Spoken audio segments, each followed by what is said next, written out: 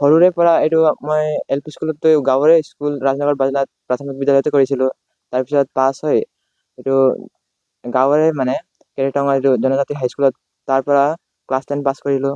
তাৰপিছত স্কলাৰশ্বিপৰ কথা গম পালোঁ এইটো RDত আছে বুলি।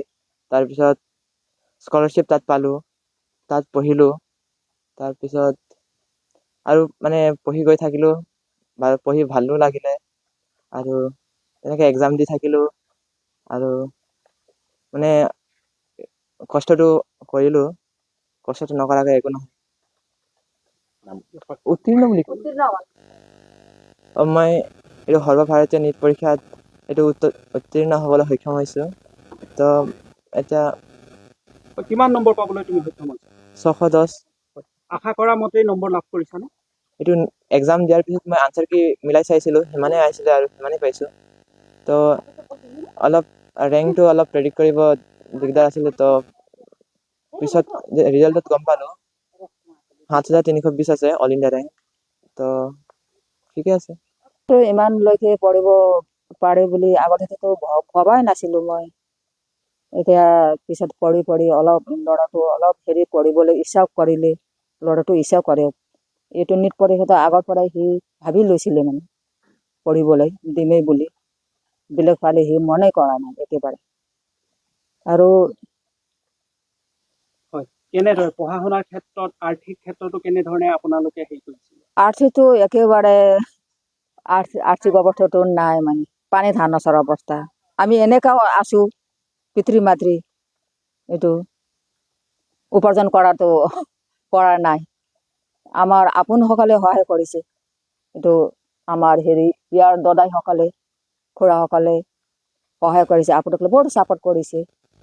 সেইটো কাৰণে অলপ পঢ়িবও পাৰিলে।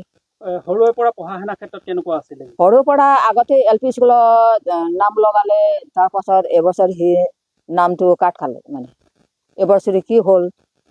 তাৰপাছত সি লাহে লাহে পঢ়িলে, আগতেতো ইমান চোকা নাছিলে। লাহে লাহে পঢ়িলে। আমি যে টিউশ্যন দিবলৈও পৰা নাই, টিউশ্যনো পৰা নাই পইচা নথকাৰ কাৰণে। টিউশ্যন দিবলৈও পৰা নাই, স্কুলত পঢ়িও পাছ কৰি আহিলে। লাহে লাহে অলপ ছাৰসকলে বহুত ছাপোৰ্ট কৰিছে, RD স্কুলৰ ছাৰসকলে। মোৰতো বহুত ভাল লাগিছে, বহুত ভাল। মানে মোৰ ভতিজা হয় তো মোৰ নিজৰ ল'ৰা নিচিনাই হয় সি। মোকতো বহুত ভাল লাগিছে। ইমান ভিতৰৰ অঞ্চলৰ পৰা নাই জানো, বা ৰাস্তা ঘাট ভাল নাই, ৰাস্তা ঘাট ভাল নথকা, কাৰেণ্টো সদায় সময় নাথাকে। যেতিয়া পঢ়িব বহে তেতিয়া কাৰেণ্ট যায়, আৰু নেটো একদম ঢিলা, ইয়াত একো নেটো নাপায়। সেইটো কাৰণে বহুত কষ্টৰে ই মানে ইয়ালৈকে পাইছে আৰু সেইটো কাৰণে মই বহুত ভাল পাইছোঁ। এনেই বহুত দুখীয়া পৰিয়ালৰ মানুহ হয়, যে মোৰ ভতিজা হ'লেও মানে বহুত কষ্টৰে, মানে সৰুৰ পৰা বহুত কষ্টৰে কৰি ইয়ালৈকে পাইছে ল'ৰাটো। মোকতো বহুত ভাল লাগিছে। এনেকুৱা আৰু আগন্তুক ল'ৰা ছোৱালী এনেকুৱা হওক, আৰু ই ডক্টৰ পঢ়িম বুলি ভাবিছে নহয় জানো, ইয়াৰ মনৰ ইচ্ছাটো পূৰণ হওক, ই মানে আগলৈ ভাল ডক্টৰ হৈ ওলাই আহক, সেইটোৱে মই মানে ভাবিছোঁ আৰু চিন্তা কৰিছোঁ। মোৰ পৰা আশীৰ্বাদ দিয়ক, মানে ই ভাল এটা ডক্টৰ হৈ ওলাই আহক, সেইটোৱে মই হেৰি কৰিছোঁ। আৰু কিন্তু ইয়াত এনেইতো অসুবিধা বহুতেই, একোৱেই নাই। আপোনাৰ ৰাস্তাও ভাল নাই, আপোনাৰ ইলেক্ট্ৰিচিটিও ভাল নাথাকে, তাৰপিছত আপোনাৰ নেটটো একেবাৰে নাই। কিবা এটা চাৰ্চ কৰি পঢ়িম বুলি ক'লেও বাহিৰত ওলাই যাব লাগিব, ৰাস্তালৈ ওলাই গৈ অলপমান, তাৰপিছত ডাউনলোড চাউনলোড কৰি পেলাই পঢ়ে আৰু ল'ৰাটো।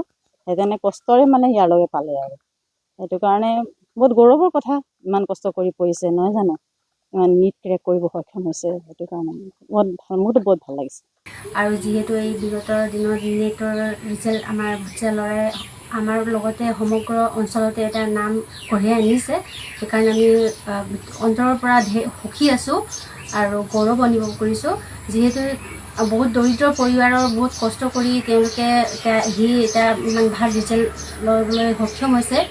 আৰু আমি চৰকাৰক অনুৰোধো কৰিছোঁ যাতে তেওঁলোকৰ যেনেকুৱা পৰিস্থিতিত যুঁজি হৈও ইমান ভাল ৰিজাল্ট পাছ কৰিছে, তেওঁলোকক অলপ সহায় সুবিধা দিয়ক। আৰু বিগত অহা দিনতো তেওঁলোকে ভাল এটা সুবিধা পাওক বুলি আশা কৰিছোঁ। ক'বলৈ বিশেষ আমি বহুত কষ্ট আৰু বহুত দৰিদ্ৰ পৰিয়ালৰ ল'ৰা হয়। তেওঁ দিন হাজিৰা কৰা তেওঁৰ মা, আৰু এনেই বহুত কষ্টতে ইমান ভাল ৰিজাল্ট লৈ আহিছে, তাৰ কাৰণেতো মই বহুত সুখী। যিহেতু মই নিজে আমি যিমান পাৰোঁ আমি সহায় কৰিছোঁ, আৰু অহা বিগত দিনতো সমগ্ৰ ৰাইজ অঞ্চলেও মানে অলপ সহায় কৰক আৰু তেওঁ উন্নত ভৱিষ্যতৰ কাৰণে মানে আশীৰ্বাদ দিছোঁ বিশেষ কৰি আৰু